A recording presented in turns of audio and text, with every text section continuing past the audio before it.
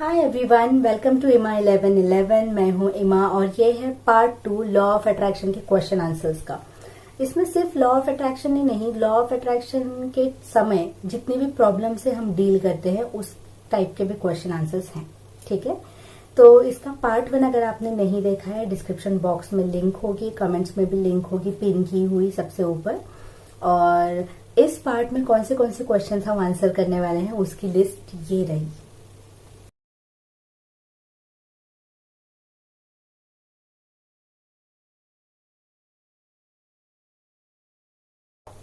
ठीक है, तो स्टार्ट करते हैं हमारे फर्स्ट क्वेश्चन से, जो है कि हम क्या किसी और इंसान को हील कर सकते हैं अपने थॉट से। तो इसका आंसर है हाफ यस हाफ नो, यानी आप कुछ हद तक कर सकते हैं, कंप्लीटली नहीं कर सकते।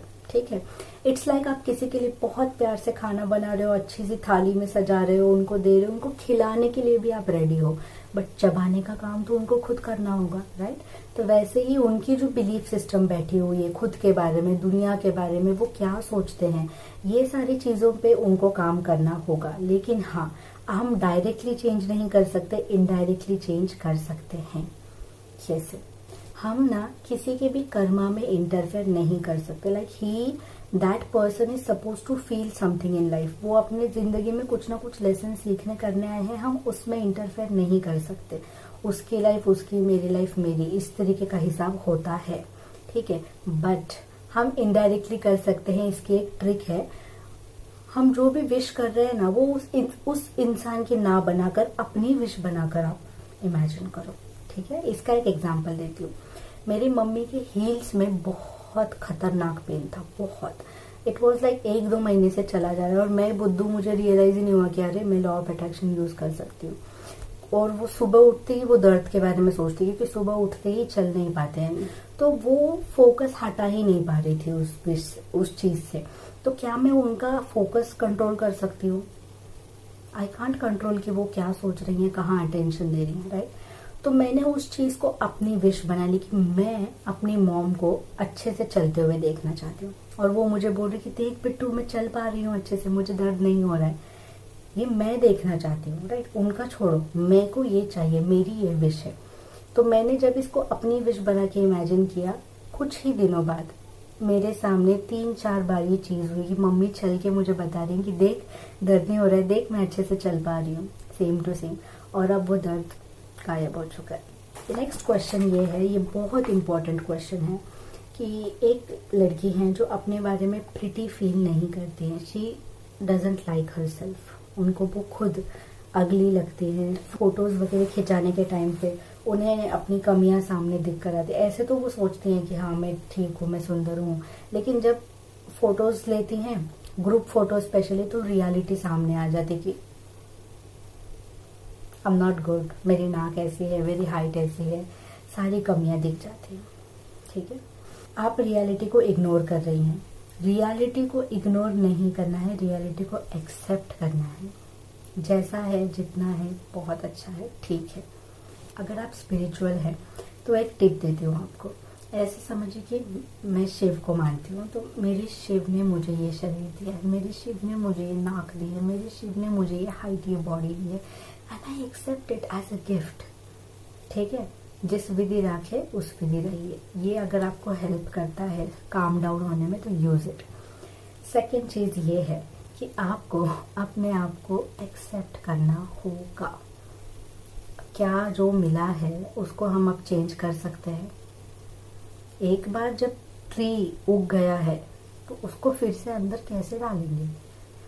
तो ये नेचर के खिलाफ होगा, राइट। रही बात कॉन्फिडेंट फील करने की, अब क्या इशू है? अच्छा नहीं दिखना मतलब कॉन्फिडेंट फील नहीं होता, अच्छा प्रिटी फील नहीं होता, यही इशू है ना।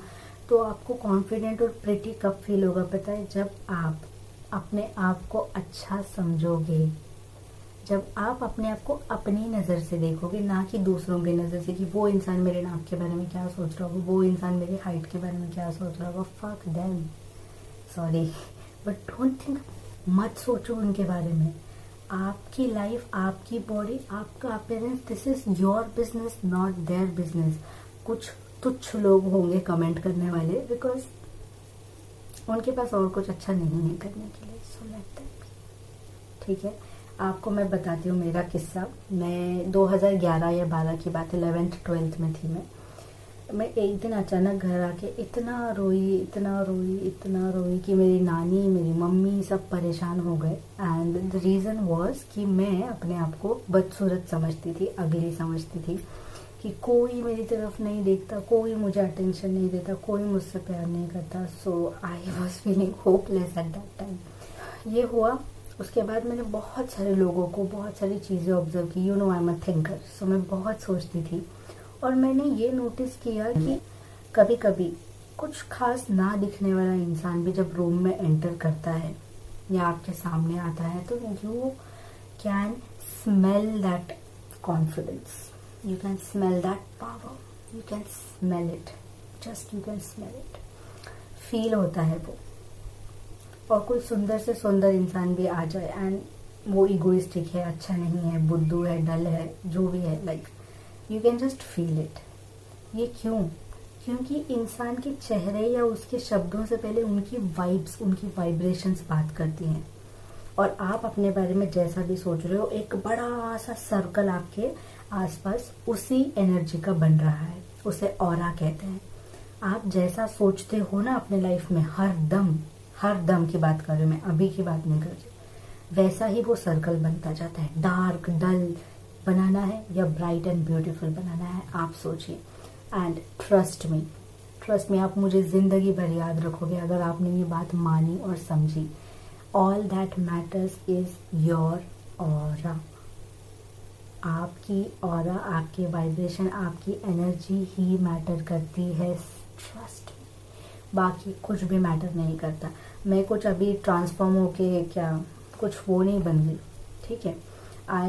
किसी लोगों को मैं स्टिल में खराब लगती होंगी, बट आई डोंट केयर। पहले मैं दूसरों के बारे में सोचती थी कि वो मेरे बारे में क्या सोच रहे हो, but I don't care now because I like my self, I love my self. पहले मुझे लगता था मेरा फोरहेड कितना बड़ा है, मेरा पूरा हाथ इसमें बैठ जाता है, but now I like it. क्योंकि मेरी मॉम कहती कि ये कुछ लकी होने की निशानी होती है। For some reason I believe in that and I accept myself the way I M.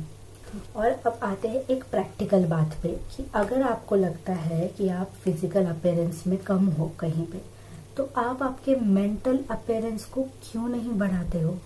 जिन लोगों का दिमाग नहीं होता है और वो बहुत सुंदर होते हैं, तो मान लो कि उनका काम उनकी सुंदरता पे कहीं ना कहीं निकल जाता है, लोग उनको चांस दे देंगे, ब्ला ब्ला ब्ला ब्ला ब्ला, ठीक है। तो अगर हम सुंदर नहीं है दिखने में, तो हम अपने अंदर को और सुंदर बना लेंगे ना। 10 चीज़ें सीखेंगे, इतने स्ट्रांग बनेंगे, इतने मेंटली ऑसम लेवल पे बनेंगे कि लोगों का मुंह खुला रह जाएगा। हमारी नॉलेज, हमारी बातें देखकर, सुनकर लोग हमारे पास आएंगे अपना काम करवाने के लिए, बिकॉज हम उस काम में बेस्ट होंगे, ठीक है। So this is a practical way कि एक कोई चीज़ पकड़ो, कोई स्किल पकड़ो और उसमें इतने टॉप क्लास बन जाओ ना कि लोग देखते रह जाए।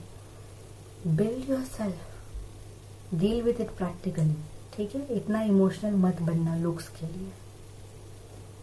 नेक्स्ट इज, किसी से उन्हें शादी करनी है तो क्या करना चाहिए?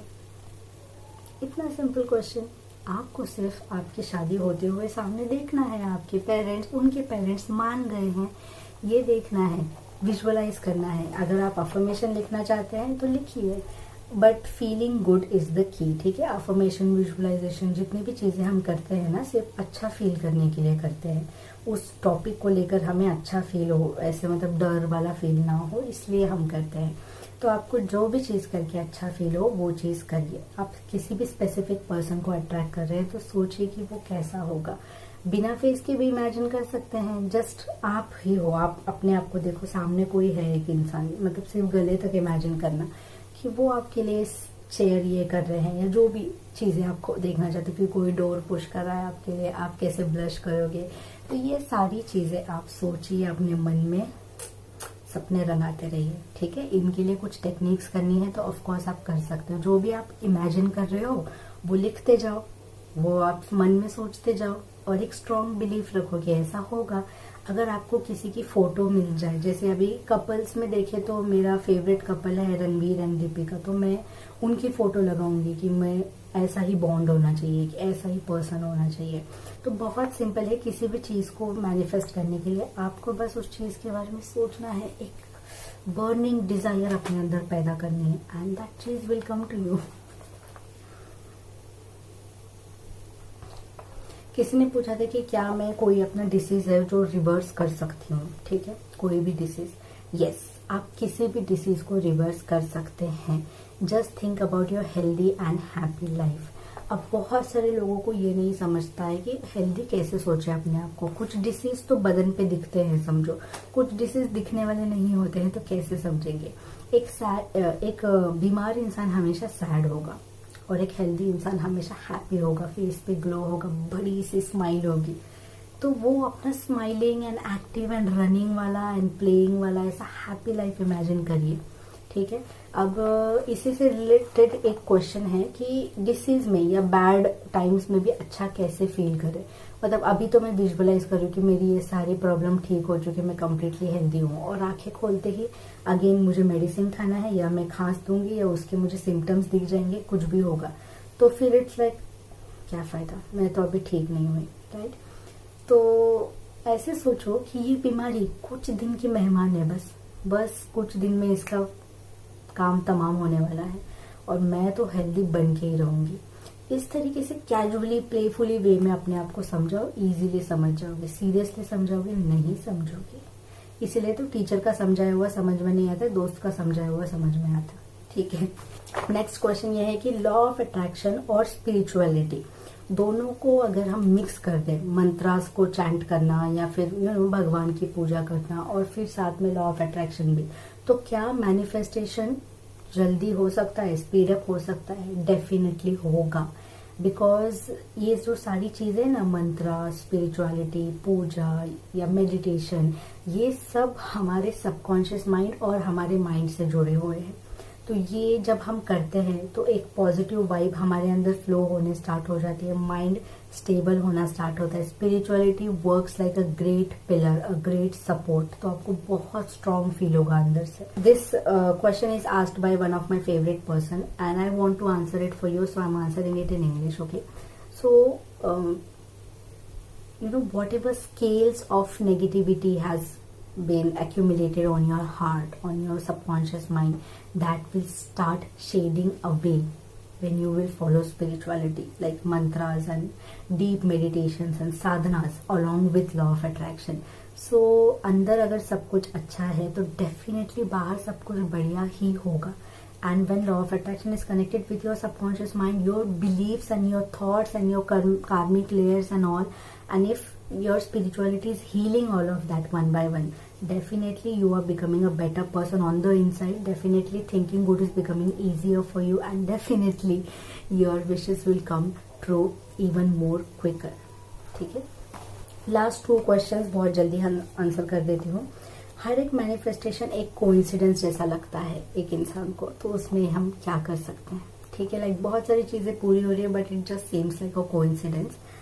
तो अपने आप को बोलिए, अपने आप को रिपीट करिए, जगाइए अपने आप को कि ये तूने किया है. मतलब अपने आप को बोलिए कि ये तूने किया है, तूने ये चीज अट्रैक्ट की है, सिर्फ तेरे लिए ये चीज यहाँ तक आई है. ठीक है, इस पावर में कंप्लीटली बिलीव करिए. इसका और कोई शॉर्टकट नहीं है और कोई रास्ता नहीं है.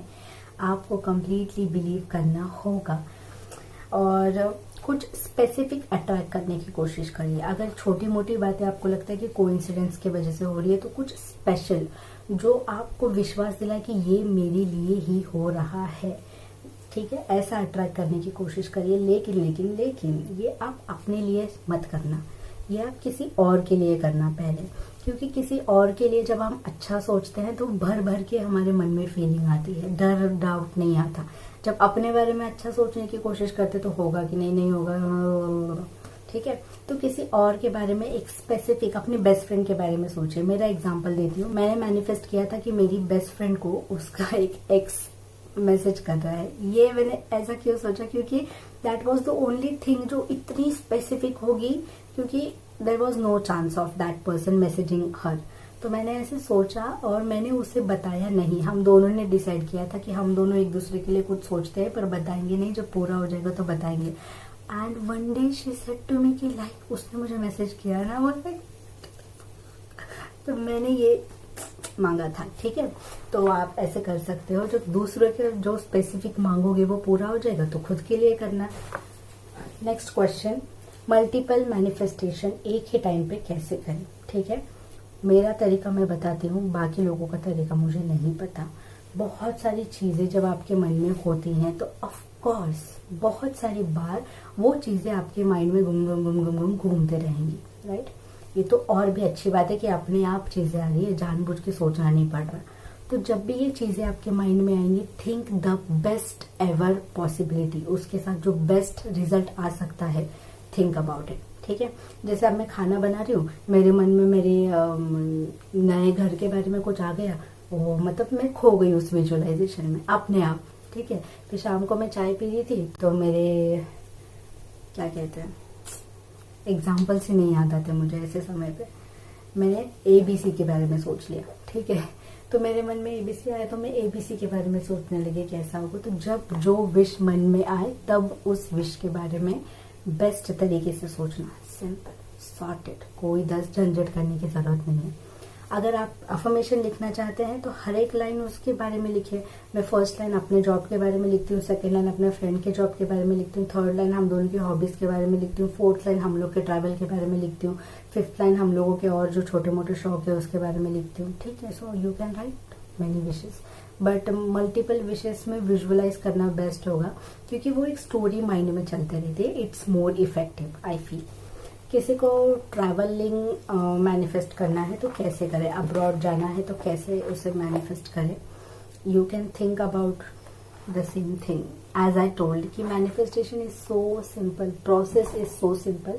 आपको जो चाहिए ना वही सोचो कि जब आप अब्रॉड जाओगे तो कैसा लगेगा, आप कैसे फ्लाइट्स बुक करोगे, वहां जाके कैसे रहोगे। To make it more real आप गूगल सर्च करना कि अब मुझे न्यूयॉर्क जाना है समझो, तो मैं वहां जाके मतलब how to find house in New York ऐसे मैं सर्च करूंगी, how to find job in New York ऐसे मैं सर्च करूंगी, और वो चीज़ों के लिए मैं रेडी होना स्टार्ट करूंगी। मैं वीज़ा के लिए अप्लाई करूंगी, मैं पासपोर्ट बना के रखूंगी अपना, तो एक्शन में आ जाओ। That's it for this video. मैं लास्ट एक बात बोलना चाहती हूँ कि कुछ भी मैनिफेस्ट करने का जो प्रोसेस होता है वो कोई प्रोसेस नहीं होता है। आपको सिंपली बस सोचना है, बिलीव करना है और हैप्पी रहना है, एज सिंपल एज दैट। आप जरूरी नहीं है कि उसी चीज को लेकर हैप्पी रहे, आप एवं भी हैप्पी रह सकते हो, वो चीज आपको मिल जाएगी। थैंक यू सो मच यहाँ तक देखने के लिए। मिलते हैं फिर से अगले पार्ट में जो कुछ दिनों बाद आएगा, ठीक है। बाय।